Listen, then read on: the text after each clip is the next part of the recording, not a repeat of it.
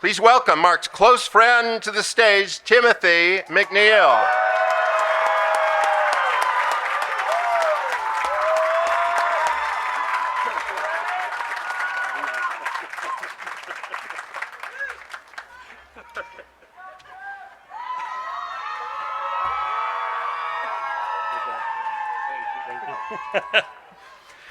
So I was asked to give Laura Dern's speech as well. She couldn't make it today. She's ill. So I'm going to give that, and then I'll talk about our time together. Today marks a day in which this entire tradition expands its reach. For we are honoring an artist for their achievements in acting and storytelling, yes, and their contributions to their community. But what sets my hero, Mr. Mark Ruffalo, apart is what he defines as community, be it his family, his fellow actors and filmmakers, his home of New York, and here in Los Angeles. He sees community as a global one and is determined to tell stories for and care for all of us, friend or stranger, and our shared home throughout this commitment to renewable energy and our planet as whole. So in my book, there is no brighter star that could shine here today. I had the privilege of making Mark my family on the film We Don't Live Here Anymore, and from that moment on, he has been a partner, a guiding light, a truth barometer, and the kind of artist who makes all other artists want to deepen and excel in their crafts. He's also the kind of friend one could only dream of. Mark brings all of himself into everything. His art is as honest and pure as it is because of his willingness to look inside people and see their vulnerabilities and imperfect beauty. He was not only the most fearless acting partner I had ever found myself with, but whether in the scene, on camera, or off camera, he would guide me to what I needed to find by the way he would play the scene. Like the master director he is. As our buddy Julianne Moore said, working with Mark, you never want it to end. And you can't get enough of his warmth, his humanity, his precision, and his ability to make every moment ineffably alive. He elevates everyone and makes us all better. And this from our colleagues and friends Naomi Watts and Billy Crudup. From taping auditions together before any of this was happening to the mind-blowing performance in Poor Things, you have kept us all feeling and dreaming every step of the way with your whole heart, tapping into parts of ourselves that needed some sort of reawakening. Thank you 1,000 times for keeping your art at such a high standard. I, for one, feel so lucky to watch and learn from you. Maybe steal, too. Thank you also for your wonderful friendship and your gorgeous wife, who is one of my dearest friends. You and your family are so beautiful, and to watch us all grow together is something to cherish. Looking forward to making all memories with you all. Billy says, hey, you do good acting, bro. Billy Crudup, we love you. When Mark and I recently lost an acting hero of ours, he wrote to me and described her own work and her teaching. He said, and I quote, she had a sensitivity and connection to something else entirely, something felt but not seen, eternal and unfathomably complex.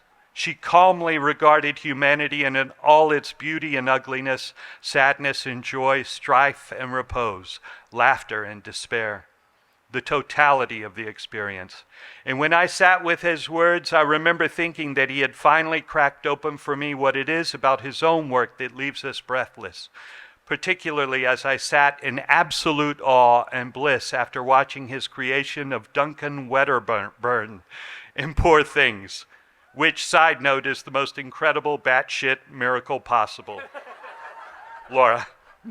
We are exposed to all human emotion by Mark. Sometimes we feel radically seen in his work. Sometimes we can be embarrassed by how deeply personal it can feel, but always more generous towards ourselves because of how he heals people through the humanity and respect he gives even the seemingly most impossible characters.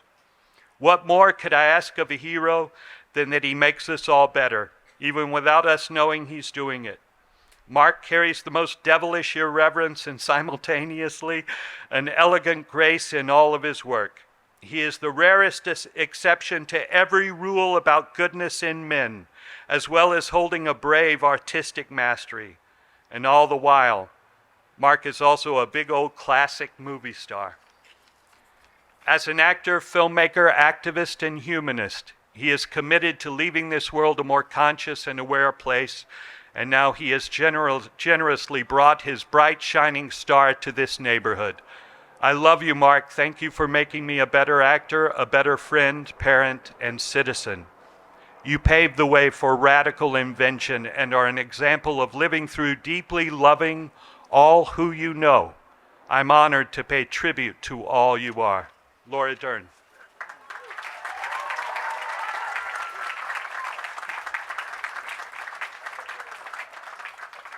I hope my cold reading skills haven't eroded or Okay. So some days the world makes no sense at all, and some days it makes perfect sense. Today is one of those days. It's hard to talk about Ruffalo in 2 minutes, but I'm going to try. Sometimes you come across a human being who is so unusual that he astonishes. That would be Mark Ruffalo. I first met him when he was 18 at the Stella Adler Academy of Acting, Los Angeles, this place here, but down the street. When he was taking the train up from San Diego 3 times a week to study acting, which is crazy. Even then, he was unusual. Unusual in his dedication to the work of an actor. Unusual in his desire to dig deep into a character in the great unfolding that actors do. So unusual in his ability to not judge his characters, to look beyond the cliche of labels and names.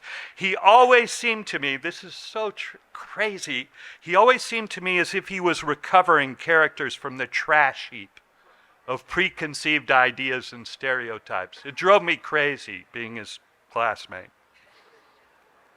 He seemed to never be about story, but always about character, and this, I think, is his secret greatest gift. We used to walk this boulevard arguing and discussing, kibitzing over acting in the world and dreaming, of course. And one day we dug around in the dumpster of Pep Boys searching for the perfect props for a scene for Stella.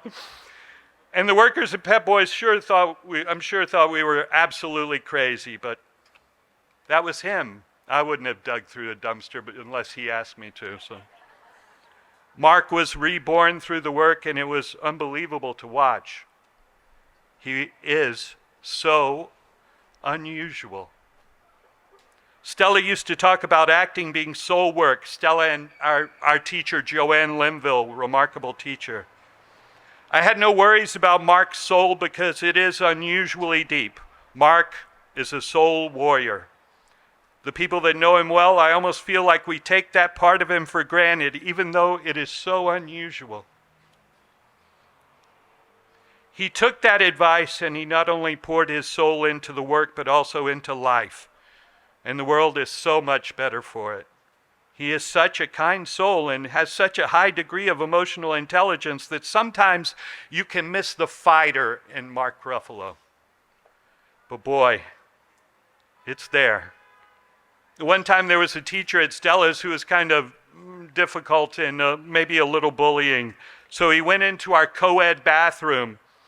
He went into one of the stalls and he wrote a poem on the toilet paper in the stall, and it was called The Big Puffer Fish. I'll never forget that moment. Everybody was walking in and looking at the poem. Ruffalo is crazy. Yes, Ruffalo is crazy. He has never stopped fighting for people and ideas that need to be fought for, and I love him so much for that. Whenever someone is being picked on, there he will be, saying, hang on, does that make sense? My unusual friend.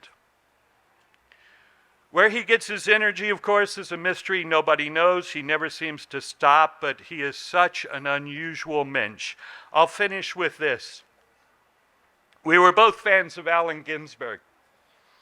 And in a play, I had the great honor to recite his poem, Howl. And the last line, I didn't tell him this because he would be unhappy about it, but it always made me think of him. This is the last line of Howl, and this is Mark Ruffalo.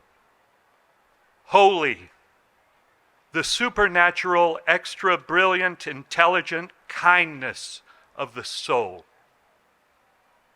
Congratulations, my brother.